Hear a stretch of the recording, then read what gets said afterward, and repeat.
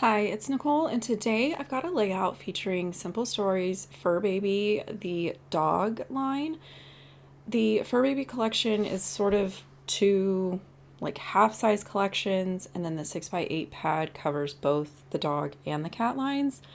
So today I have pulled out all of the dog papers and embellishments, and I'm going to take a hot minute to figure out what I'm doing, what I want to use.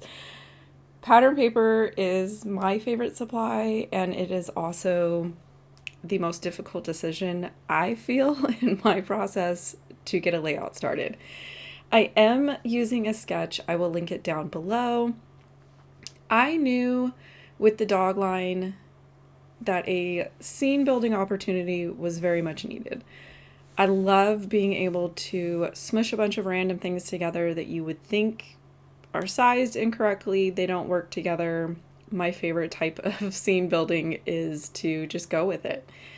So I looked through a bunch of different sketches and had my eye on something that was like 2 or 3 photos worth, but offered me a large chunk of space to do a scene. And this is a similar style to what I would normally do if I was just kind of, not following a sketch, not playing with like a class or anything like that.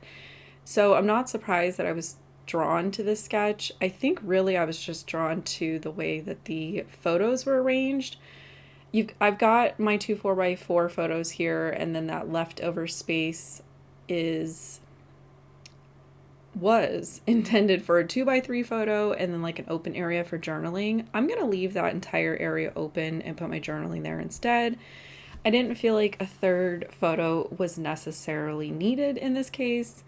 The other photos that I had of him this specific day playing with his ball, I didn't really have like a third one that looked really different. So I just kept it on like his little posed photo and then his little action shot. And to me, that was a really good balance. So at this point, I think that I have figured out the pattern papers that I want to use. I've got some white cardstock as a base here.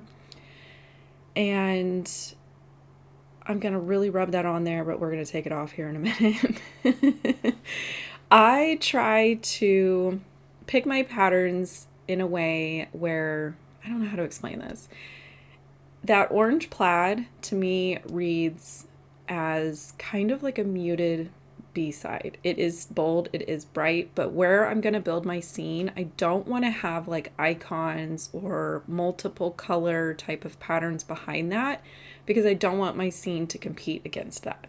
So I picked the ball pattern paper. I felt like that went with the theme. I picked that orange because I think everything else on top of it is going to pop really well.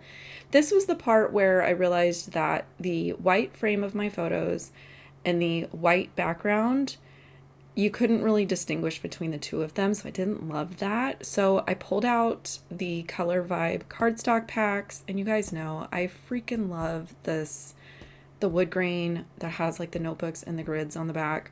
So I picked one of the ones that was like cream based, and here you can see that the white cardstock for my photo area actually has a chance to kind of contrast against that.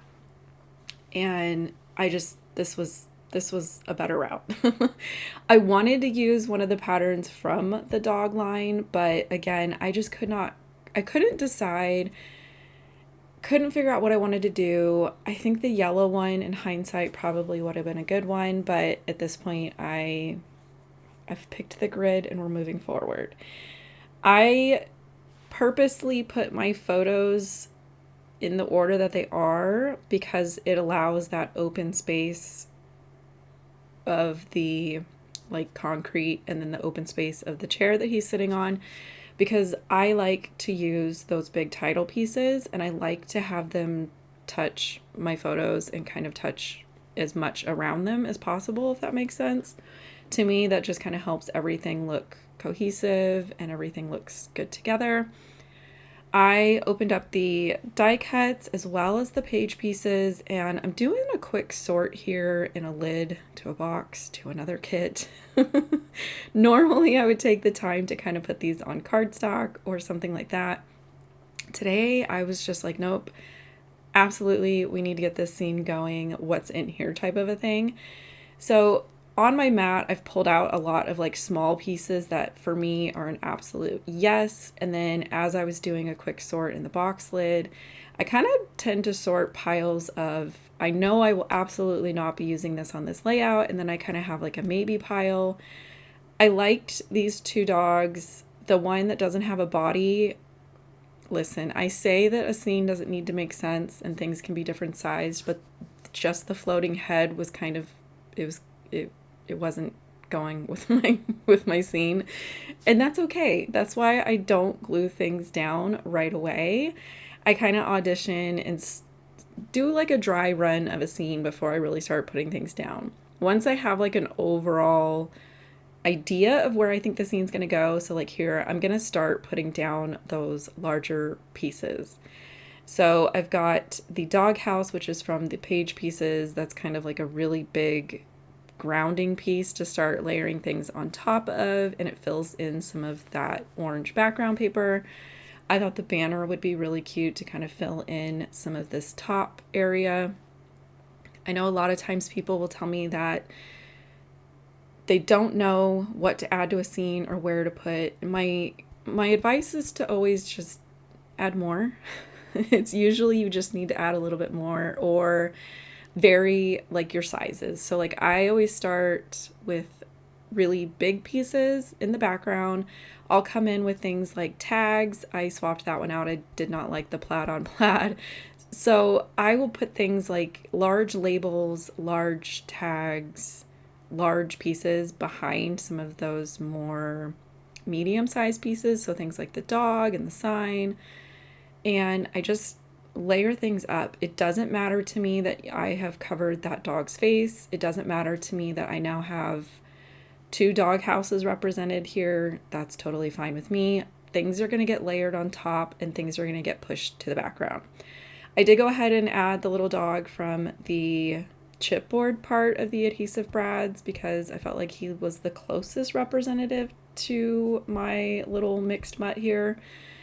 And it wasn't until I went to take my photos that I realized that my like die cut and chipboard dogs are matchy and mimicking the exact arrangement of the dog in my photos. I don't love that. I normally would not do that. In this case, it was like, well, everything's on here, it's done. And I think I just arranged it this way because in the photos, you know, you don't want things looking off the page. So the same thing with my scene. I had my dogs looking into the middle.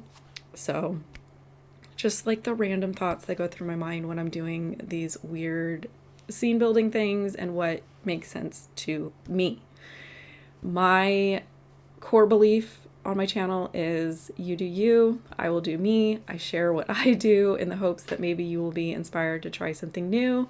Or maybe you just want a little bit of escapism and you want to watch a fun layout go together. I could 100% not be your style, but I'm just here to provide some scrappy inspiration and have fun with products and do a horrible job explaining how I do things and why I like them, if that makes sense.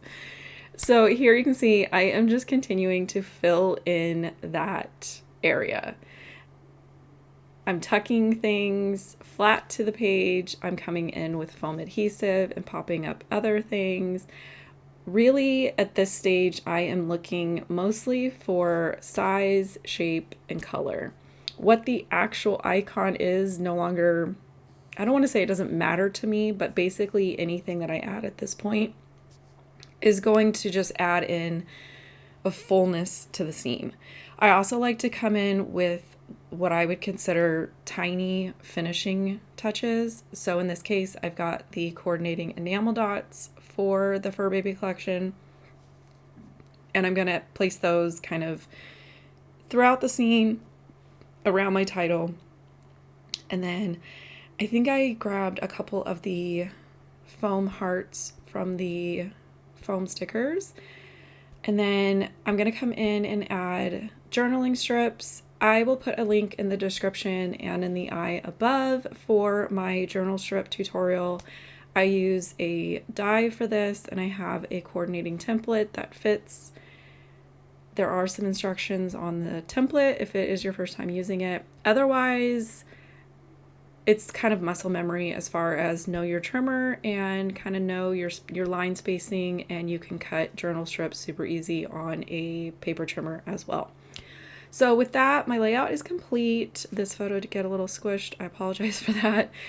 I hope you guys enjoyed this. Again, this is the Fur Baby Dog collection. I'm really excited to cut into the Fur Baby Cat collection. I think that one is equally as cute as this.